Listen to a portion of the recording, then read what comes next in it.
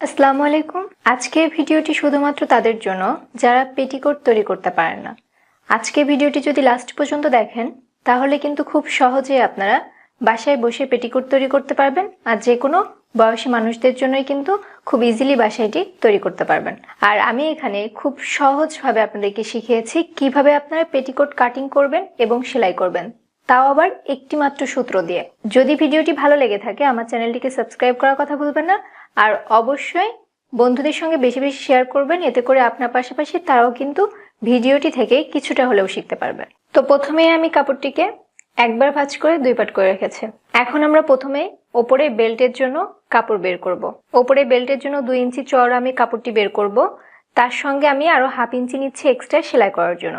এইভাবে আমি একটি দাগ কেটে নিচ্ছি এবং কাপড়টিকে আমি এইভাবে ডাবল ভাবে ভাঁজ করে নিচ্ছি। তাহলে কিন্তু আমাদের টোটাল কাপড়টির চওড়া কিন্তু 5 ইঞ্চি পরিমাণ হবে। ঠিক আছে,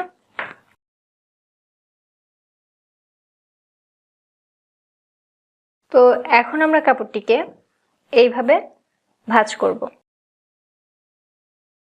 এইভাবে ভাঁজ করার পর দেখুন, এটি হচ্ছে আমাদের কোমরের বেল্টের কাপড়, তাই না?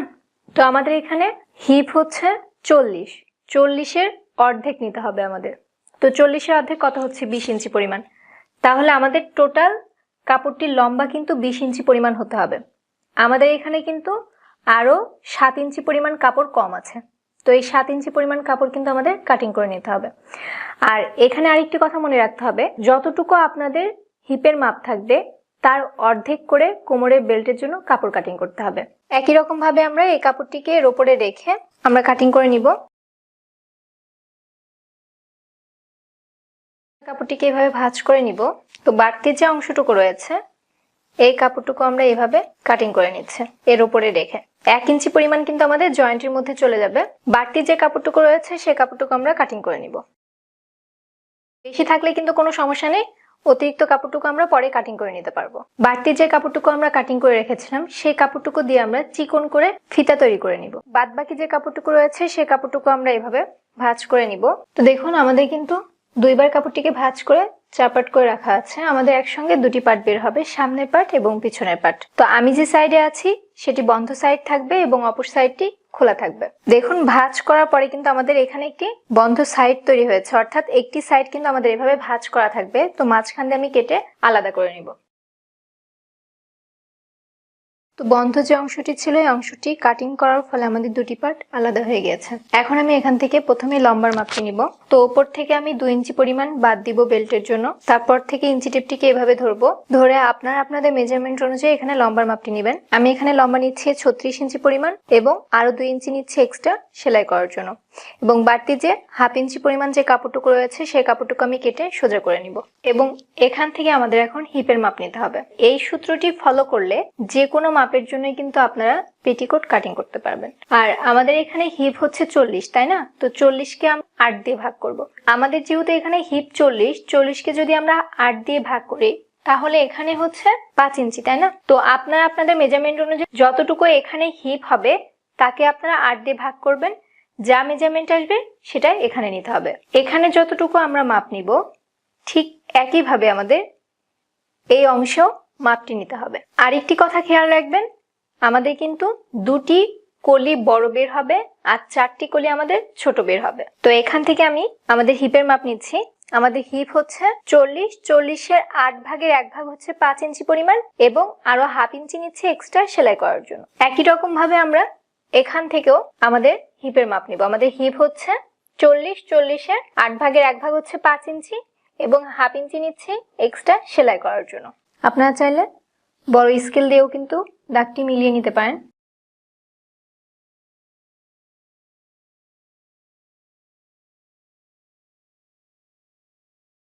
তো দেখুন, আমাদের কিন্তু কাটিং করা কমপ্লিট হয়ে গিয়েছে। একটি সাইডে কিন্তু আমাদের 2টি বড় কলি বের হবে, আরেকটি সাইডে আমাদের 4টি ছোট কলি বের হবে।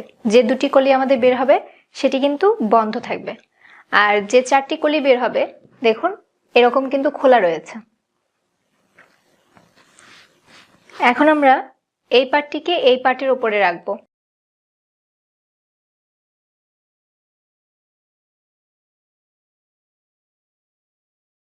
এক ইঞ্চি পরিমাণ কাপড় ডাউন করে দিচ্ছি, তাহলে আমাদের কোনাটি বের হয়ে থাকবে না। আর 1/2 ইঞ্চি পরিমাণ কাপড় কিন্তু আমাদের বাঁকা ছিল, সে 1/2 ইঞ্চি পরিমাণ কাপড় সহ আমরা কাটিং করে নিচ্ছি। আমাদের কাটিং করা কমপ্লিট হয়ে গিয়েছে। তো আমি আপনাদের একটি পার্ট দেখাচ্ছি কিভাবে আমরা সেলাই করব। বড় যে কলিটি ছিল সেই কলিটিকে আমরা এইভাবে রাখবো এবং দুই সাইডে আমাদের দুটি ছোট কলি জয়েন্ট হবে। এই যে বাঁকা যে অংশটুকু রয়েছে, এই বাঁকা অংশটির সাথে কাপড়টির সোজা যে সাইড রয়েছে এই সাইডটি জয়েন্ট হবে এবং একই রকম ভাবে এই সাইডে আমরা আরো একটি ছোট কলি জয়েন্ট করব। ঠিক একই রকম ভাবে আমাদের সোজা যে সাইডটি রয়েছে কাপড়ের, সেই সোজা সাইড আমরা এই বড় পট্টিটির সঙ্গে এভাবে রাখবো, রেখে এর উপরে সেলাই বসিয়ে দিব। আমাদের জয়েন্টটি কিন্তু ঠিক এরকম হবে। প্রথমে আমরা বড় পাট্টি রাখবো, তার পাশে আমরা ছোট পাট্টিকে এভাবে রাখবো, রেখে সাইড থেকে একটি সেলাই বসিয়ে দিব।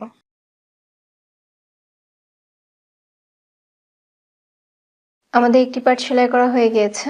একই রকম ভাবে এই সাইডেও আরেকটি কলি আমরা জয়েন্ট করে নিব।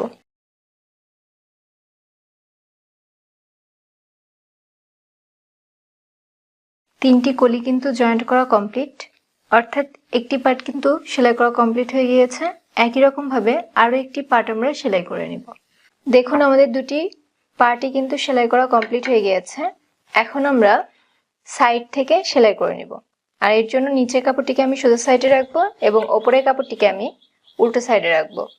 দুটি কাপড় ভালো করে সেট করে আমরা সাইড থেকে সেলাই করব। তবে একটি কথা, আমরা কিন্তু এই মুহূর্তে শুধুমাত্র একটি সাইড থেকে সেলাই করে নিব, আর একটি সাইড আমাদের খোলা থাকবে। আর এই সেলাইটি কিন্তু একদম নিচ পর্যন্ত করতে হবে।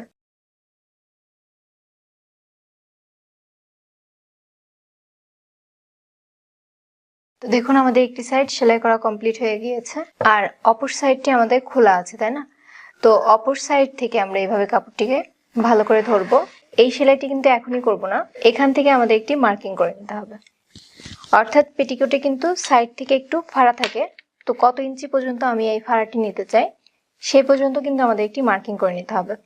তো আমি এখানে 6 ইঞ্চিতে মার্কিংটি করে নিচ্ছে। তো 6 ইঞ্চি পর্যন্ত আমাদের এই ফাড়াটি থাকবে। আপনারা চাইলে কম বা বেশি কিন্তু করতে পারেন। এখন আমরা এই সাইড থেকে দুইবার কাপড়টিকে এভাবে ভাঁজ করব। ভাঁজ করে এর উপরে একটি সেলাই বসিয়ে দিব এবং এই 6 ইঞ্চি পর্যন্তই কিন্তু আমাদের সেলাইটি করতে হবে। আর অবশ্যই কিন্তু সেলাইটি উল্টো সাইডে দিতে হবে। একই রকম ভাবে এই সাইড থেকেও আমরা দুইবার কাপড়টিকে উল্টো সাইডে ভাঁজ করে এর উপরে সেলাই বসিয়ে নেব।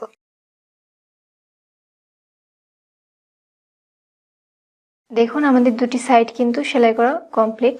এখন আমরা বেল্টের অংশটি সেলাই করব। তো বেল্টের অংশটি সেলাই করার আগে এই যে আমাদের কিছুটা কাপড় আমরা জয়েন্ট দিয়েছিলাম, সেই কাপড়ের টুকরাটা আমরা প্রথমে সেলাই করে নেব। ঠিক আছে, লম্বা লম্বা একটি সেলাই দিয়ে কাপড়টিকে জয়েন্ট করে নিচ্ছে।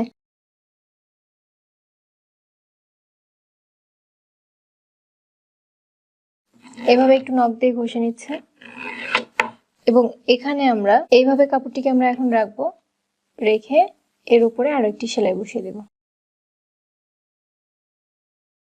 তো দেখুন আমাদের জয়েন্ট দেওয়া কমপ্লিট হয়ে গেছে।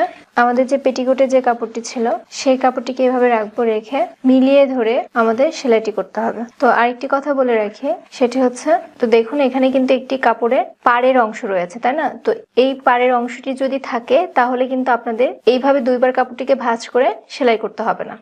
তো আমাদের দুই সাইডে কিন্তু এরকম দুটি পাড়ের অংশ আছে, সেজন্য আমি এক্সট্রা করে আর এভাবে ভাঁজ করব না। এখন আমরা কাপড়টিকে এভাবে উল্টো সাইডে রাখতে হবে এবং পট্টির কাপড়টিকেও কিন্তু আমরা উল্টো সাইডে রাখবো এবং কাপড়টিকে এভাবে ঘুরিয়ে নিয়ে আমাদের সোজা সাইডে দুইবার কাপড়টিকে ভাঁজ করে সেলাই করতে হবে। আর অবশ্যই কিন্তু এই ভাঁজটি খেয়াল করতে হবে। আপনাদেরকে আবারও বলে রাখি, আমি কিন্তু পেটিকোটের কাপড়টিকে উল্টো সাইডে রেখেছি এবং পট্টির কাপড়টিকে উল্টো সাইডে রেখেছি।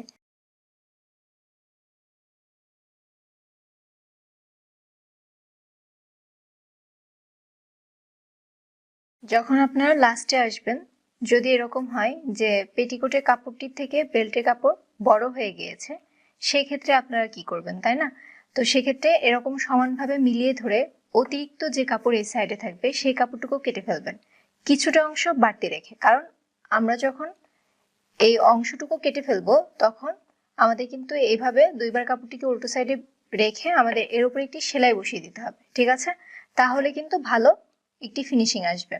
যেহেতু আমাদের পারফেক্ট ভাবে কোমরের পট্টিটি পেটিকোটের সঙ্গে অ্যাটাচড হয়ে গিয়েছে, সেজন্য আমাদের এখানে কাটিং করার কোনো প্রয়োজন নেই। বাট আপনাদের যদি এরকম সমস্যা হয় তাহলে অবশ্যই কাজটি করে নেবেন। এখন আমরা কাপড়টিকে এভাবে একবার ভাঁজ করব। ভাঁজ করে এর ওপরে আরেকটি সেলাই আমরা বসিয়ে দিব। আর এই কোমরের পট্টিটিকে কিন্তু ভাঁজ করে আমাদের সোজা সাইডে নিয়ে আসতে হবে, ঠিক আছে? তো যারা সেলাইয়ের কাজে একদমই নতুন তাদেরকে বলছি, আপনারা প্রথমে কাপড়টিকে এভাবে একবার ভাঁজ করবেন। কিছুটা কাপড় আপনারা এভাবে ভাঁজ করে নেবেন। ভাঁজ করার পর এর ওপরে একটি সেলাই বসিয়ে দিবেন প্রথমে, তাহলে আপনাদের ফিনিশিংটি ভালো হবে। তো আমি এইভাবে সেলাইটি করে নিচ্ছি। আর অনেকেরই কিন্তু দুইবার কাপড়টিকে ভাঁজ করে সেলাই করতে গিয়ে ফিনিশিংটি খারাপ হয়। তো এইভাবে যদি আপনারা বাসায় ট্রাই করেন তাহলে আপনাদের ফিনিশিংটি কিন্তু একদম পারফেক্ট হবে।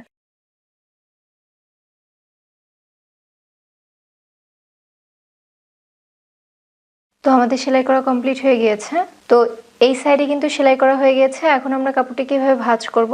ভাঁজ করে এর উপরে আমরা এখন আরো একটি সেলাই বসিয়ে দিব।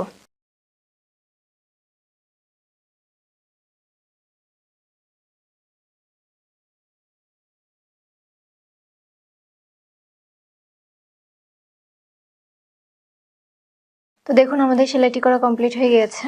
এখন আমরা এই পেটিকোটের কাপড়টিকে এভাবে মাঝখান দিয়ে ভাঁজ করব। তো ভাঁজ করার পর যে সাইডটি আমাদের খোলা ছিল সেই সাইড আমরা এখন সেলাই করে নিব, এবং সেলাইটি 6 ইঞ্চি পর্যন্তই কিন্তু করতে হবে। তো আমি সেলাই করার সুবিধার জন্য নিচ থেকে সেলাইটি করব।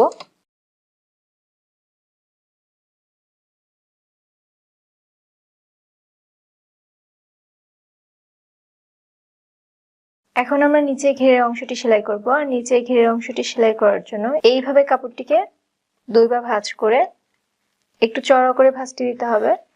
দুইবার কাপড়টিকে ভাঁজ করে উল্টো সাইডে এর উপরে একটি সেলাই বসিয়ে দিব।